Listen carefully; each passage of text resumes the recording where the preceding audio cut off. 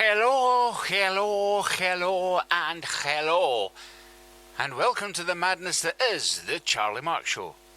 I'm Charlie Marx, and today my pronouns are rigor and mortis. A quick reminder to please like, subscribe, ring that bell for notifications, and follow the Charlie Marx Show. Also, please share, as sharing is daring. You can also leave me a comment, or why not join the show by telling me what's bugging you in the world with the Devil's Advocate. I can also be spied upon by you visiting the.charliemarx.co.uk. You can also buy me a coffee, or just post cash and I can get my own coffee.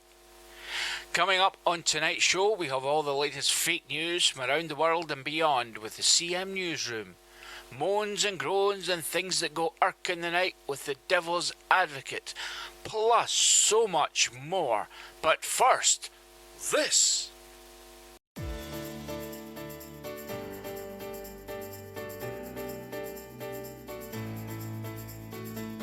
Got a fridge? Well, how would you like to own this Charlie Marx Show fridge magnet? That's right, folks. Only from the merchandise shop can you own this fabulous Charlie Marx Show fridge magnet. It sticks to anything except clothes. On the one side, it has this beautiful image of the Charlie Marx Show. On the other side, it is magnetic. That means it'll stick to any fridge at all.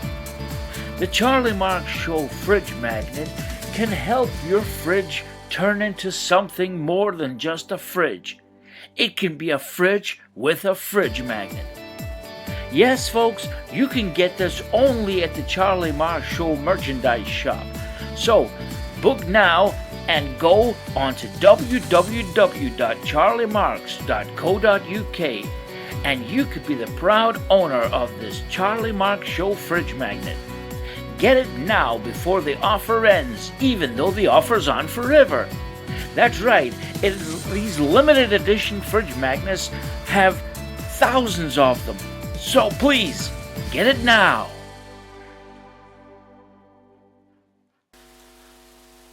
What wonderful tat. Now, before we move into more madness, it's time to get all the latest news madness from around the world and beyond, possibly even further, with CM News.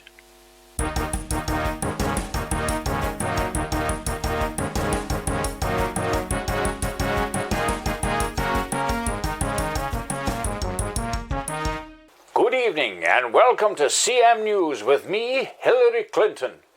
Our top story this evening. Paul McCartney, Ringo Starr, George Harrison and John Lennon have been put on death row for working with Jeffrey Epstein. The Fab Four have lost their title of Fab and will now be referred to as the Not So Fab Four. Peter Mandelson has failed vetting. The disgraced politician will no longer be allowed to operate on any animals except spiders. The resulting backlash of his evilness was only brought to light when the light was switched on. Mandelson will continue, however, to be allowed to work in Greg's the Baker's, but will not be allowed to be within 10 feet of the strawberry tarts. Some breaking news just in. Evidence has been uncovered which shows that the Beatles were working with Brian Epstein and not Jeffrey, as we were led to believe. The Beatles will now be allowed to be called the Fab Four once again, and CM News will be suing Google's predictive text. And finally, Pope Pops Pratt. That's the headline in tomorrow's paper, as the Pope Bob IV, has a pop at President Orange.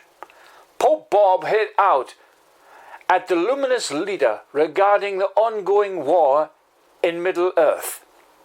The sunburnt Supremo retorted that the Pope should stay out of foreign issues between orcs and hobbits and concentrate more on the increasing prices in the Vatican gift shop.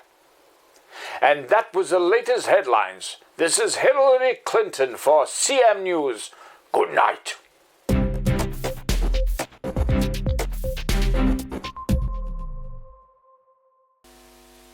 Eight nine, 8989. Thank you, Hillary. More from the CM Newsroom next time. Now it's time to answer the question we all want answering. In Questioning Things.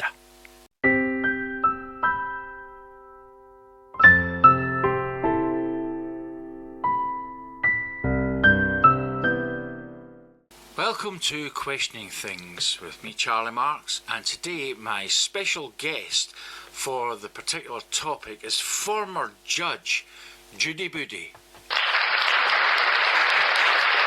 Hello. Right, the question today is, will driving be a thing of the past with the rising fuel costs? Oh, absolutely. I don't understand how anyone can afford it. I'm on a pension and I spend my whole week's pension on filling up the car these days. It's ridiculous. And what kind of car do you drive? It's an electric one. Right. So, do you think that with fuel prices, because there is a lot of cars on the road now, but it's becoming more and more expensive, and when fuel prices go up, everything goes up, so your shopping and everything else goes up. What do you think about that? I think it's so unfair. I like my Marks and Spencer's takeaway meals and I can't afford them anymore. I have to now go to Asda. And if it gets any worse, I'm going to have to go to Aldi. I don't know how I'm going to cope. Well, yeah, it is difficult when you've got to slum it like the rest of us. So, I think that the driving fuel prices are younger people going to suffer, or are they just going to find the money from elsewhere? Young people these days seem to have an awful lot of disposable income. Far too much, in my opinion. I think it would be a good thing if they couldn't afford a car, because look at all the accidents these days, and they're mainly caused by young people. And old people. So, I think,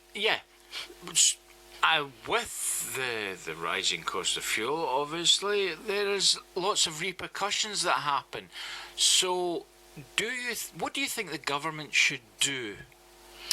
I think the government should tax walking so that we can afford to drive. That's not a bad idea.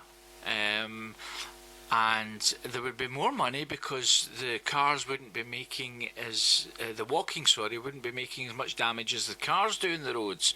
So that's not a bad idea.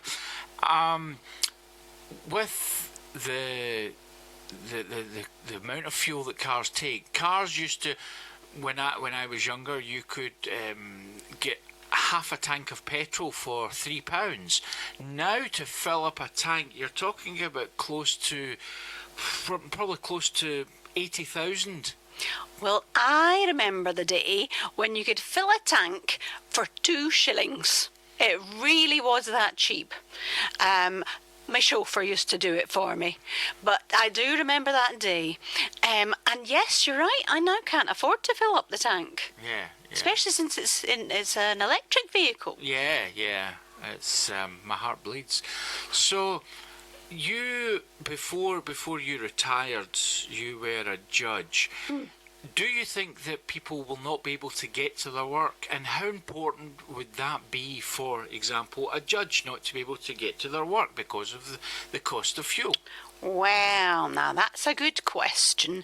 Perhaps then the boiglers couldn't actually get to their work either, so there'd be no work for judges. Now, wouldn't that be a good thing? Yeah, that would, I suppose. Now, bus prices have gone up, tickets for buses, and because of the fuel.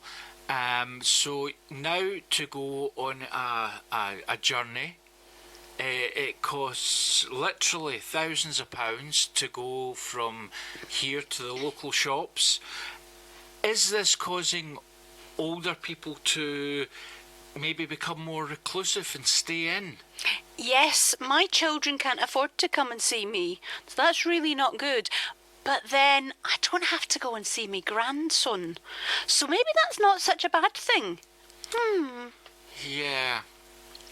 Well, I like the nation to hear that we are bringing topics like this to the table, because it's important to let the average, millionaire in the street, have their say on how the fuel crisis is affecting people, and it is a terrible thing for a lot of people. Taxi drivers have had to really put their money up, which means the people that are signing on now can't get a taxi down to the job centre and get it to wait for them, because it's more expensive now. So you Shocking. Yes, absolutely. And young boy racers have had to retire early. They can't afford to race anymore. They now go on these electric scooter things that It's just not the same at night. it's not. A hit and run now is just way beyond the means of many a juvenile delinquent. They can't even think about that. So it's affecting the whole world. Yes, it is, and it's just not acceptable. Right. Well, thank you very much for coming in to the show to discuss this very important topic. And please send me a video next time you're filling up your electric car with fuel. Thank you.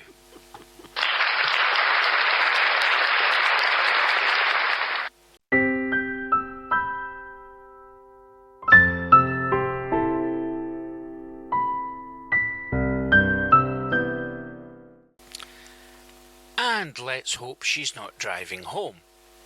Now it's time for another roundup of moans and groans and things that go irk in the night with the Devil's Advocate.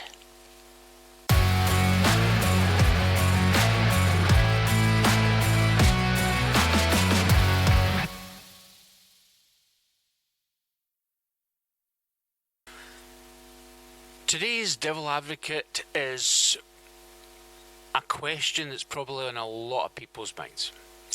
Why do wars happen? Well, simply it's because women are not in charge.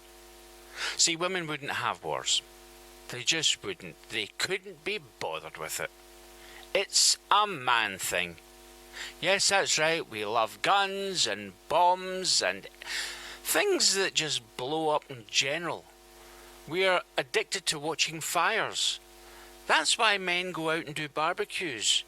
Yes, the food is an exciting part of it, but it's also watching the flames. We enjoy that.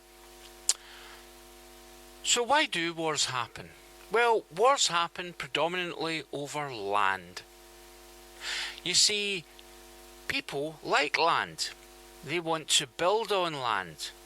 They don't want land so that they can have a nice view of green pastures and forests. No, they want to build houses to make money. So it's greed that causes these wars. Now, I'm not saying for one instance that Donald Trump wants to go to war with countries who have oil just so he can have the oil. That just wouldn't be right. So of course he's not doing that. We, on the other hand, the UK, we don't go to war because, well, we also can't be bothered. Our Prime Minister decided that he wasn't going to get involved in anything that doesn't really need our intervention because it's got nothing to do with us. Well, you go to the fuel pumps today, and it's got a lot to do with this. We go to war because people can't get on. And it's funny, because when they bleed, it's always the same colour. Everybody has a certain amount of life, and then death. And that's it. We have so much in common, and yet we fight with each other. Now, wouldn't it be better if we all just played board games together? Can you imagine a nice game of whodunit in Cluedo between Israel and Palestine?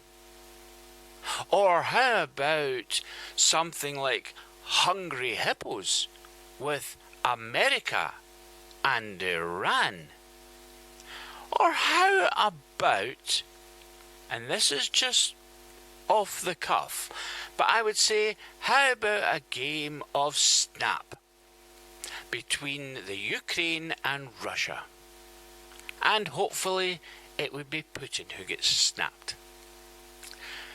Well, that's as much as I know about politics, to be honest with you, and it's very little.